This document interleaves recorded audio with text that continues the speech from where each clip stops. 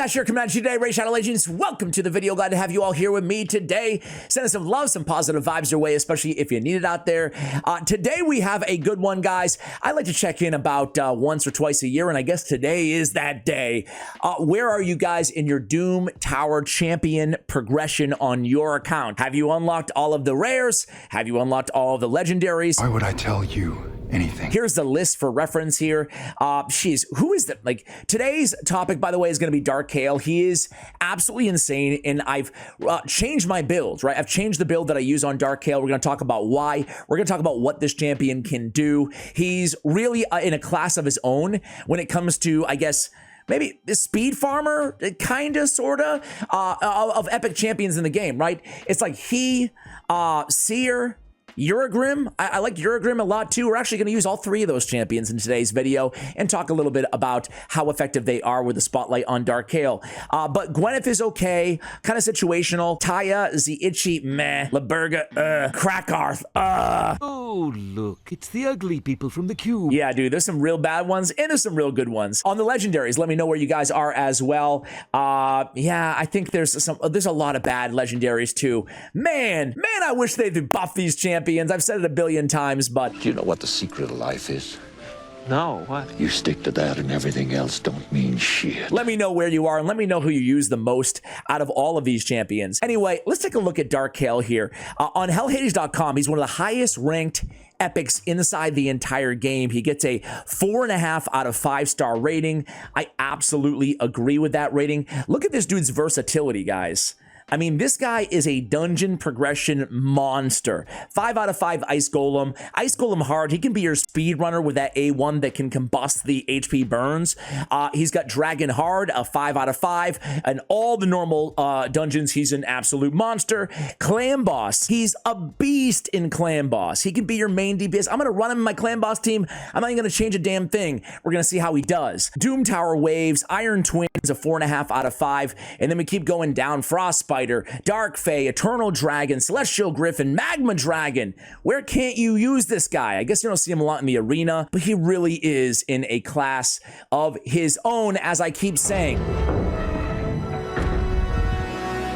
Oh, shit. Really quickly, let's go through the kit here. I think the build is going to be more important than the actual kit, but Dark Kael, the third Kael, or 3 Kaels in the game, Supreme Kael, and Dark Kael. Base stats are okay. I want to start with the passive because a lot of people misunderstand the passive and they don't think it's worth anything. They just kind of scoff at it. Decreased crit rate of enemies under 2 or more poison debuffs by 15%. Who cares? Who cares? Well, you should care because that can minimize bosses in Raid Shadow Legends. Most bosses have a 15% crit rate. 15%. It's not like building your champions where you want to get the damage dealers to 100% crit rate. It's just 15%. So you want to mitigate those big, strong Clan Boss hits, the big, strong Ice Golem hits. And this Delirium does a fantastic job in not allowing your team to wipe. Sometimes you can put your team on auto and then you have like a couple fails in the morning and you might think to yourself, why? Why did some teams randomly fail? Well, it's because maybe you ran into a critical hit, right? And he can mitigate that with a Delirium passive. He has a triple hitter on his A1, makes him a beast for Fire Knight as well. We didn't even mention Fire Knight. Triple hitter for Fire Knight, and then can combust. Each hit has a 35% chance when booked. You definitely want to book your Dark Kael of instantly activating poisons or a poison and a burn. On his A2, Binding Darkness, 3-turn cooldown. I used to think it was Blinding Darkness. Binding is a special. I don't know. I like the Blinding. I don't know what you want me to say. Attacks all enemies, 100% chance of placing a decreased attack for 2 turns. Great damage mitigation on an AoE, fantastic. Each critical hit also has a 100% chance of increasing the duration of all debuffs on the target by 1 turn. It's a nasty ability. Now, in today's build, we have a big decision to make. Do we want to run him with a 100% crit rate to take advantage of the debuff extension, or do we want to go with more survivability? For a solo-ish build, you know, I say solo, but I mean like soloing bosses, right? We're going to use Seer or whatever to get us through the waves, but to be able to solo or duo bosses, I don't think this is mandatory. Of course, it does depend on the team and, you know, who you have around him, but I like building him with more survivability in a robust regen in a more immortal set and just kind of throwing away the crit rate, but that's not going to be the case everywhere you use this guy. It's up to you guys to decide if that is valuable to you. In a lot of cases, it is, especially wave content and the likes.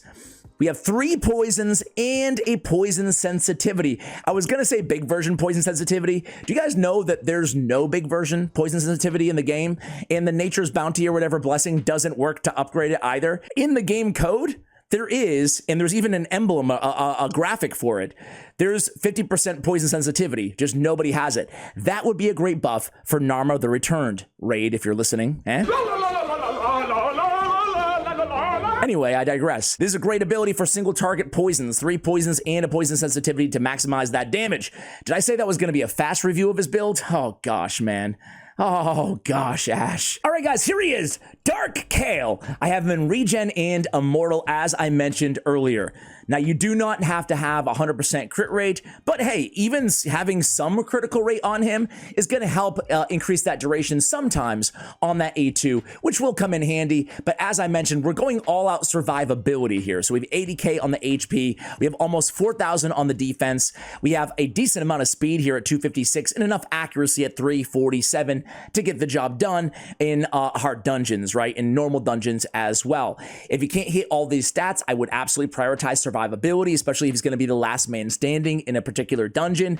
And resistance is going to be important, especially for Ice Golem 25. So you might have to sacrifice some of the survivability, maybe some of the speed for a little bit of extra resistance. I'm going to be using him alongside an Uragrim and alongside an Artak, so I just won't need to resist everything on this particular build. But hey, what do I have here? You know what? Screw it.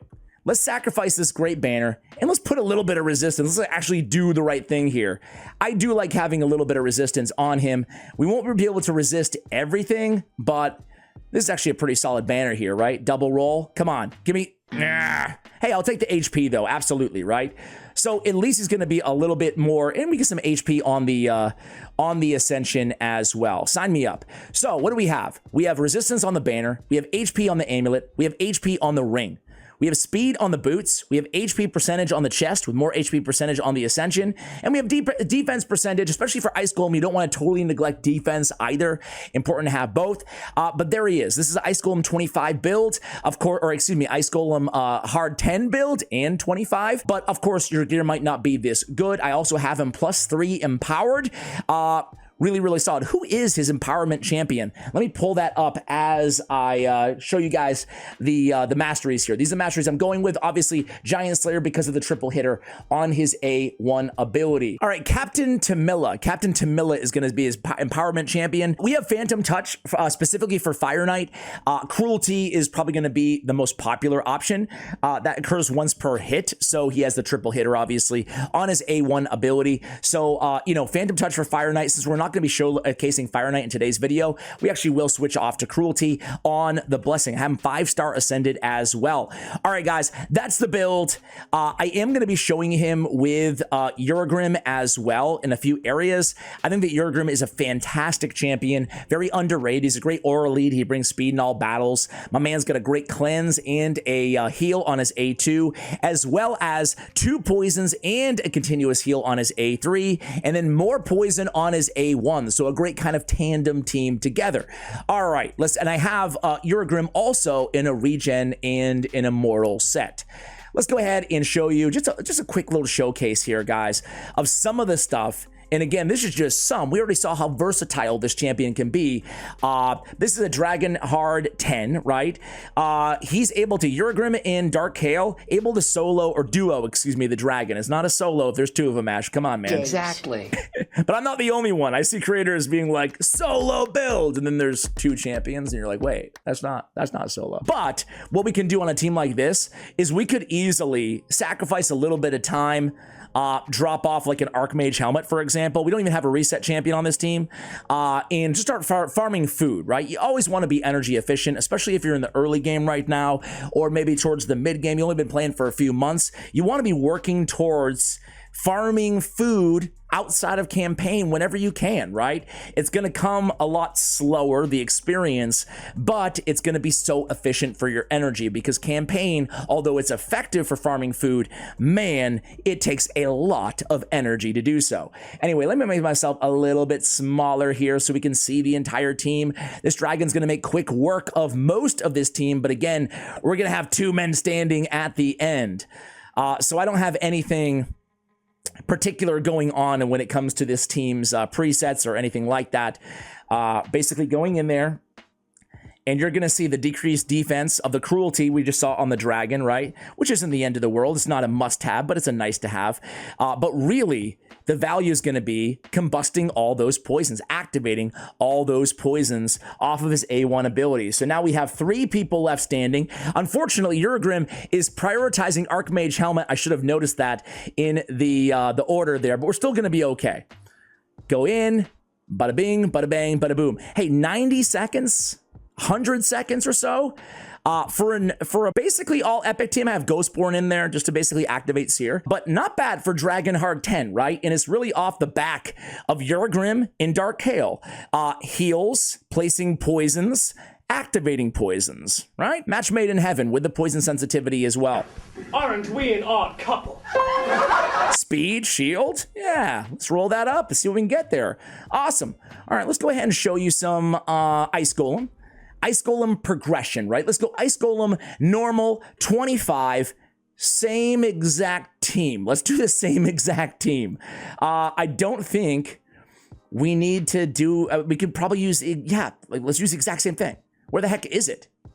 There it is. That's kind of funny, huh? Same exact team. I've been thinking to put a video together of an all epic team that can beat every single stage 10 hard dungeon. But could I make it happen in Fire Knight? That's the only problem. Using the same champions, you know? That'd be a tall task. That'd be a tall task. Yeah, I don't think I could I probably couldn't. But if you guys have any ideas, let me know. Can it be done? Is it possible? With empowerment, maybe? You know? I don't know. I'll come back to you guys when we get to the Ice Golem. Waves are born. Okay, here we go, guys. Ice Golem 25. Oh, come on. Nice and easy, right? Nice and easy. It's crazy. I mentioned at the top of the video, right? Eurogrim, Seer, and Dark Kael. I think they're my favorite, my absolute favorite kind of speed running epic champions out there. I already talked about how underrated Eurogrim is, I feel. In Seer, I mean, she's properly rated. Everybody freaking loves her for good reason, right?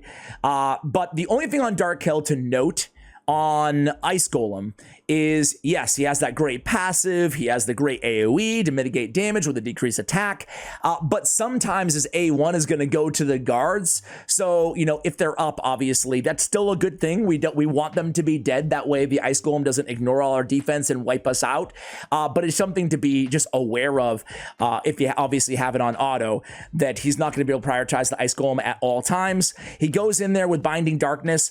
As some people, especially as you start to min-max your team and really try to be efficient in terms of the times, eventually you'll get to the point where you're just only using his A1, especially if you have another burner and Ice Golem hard on the same team.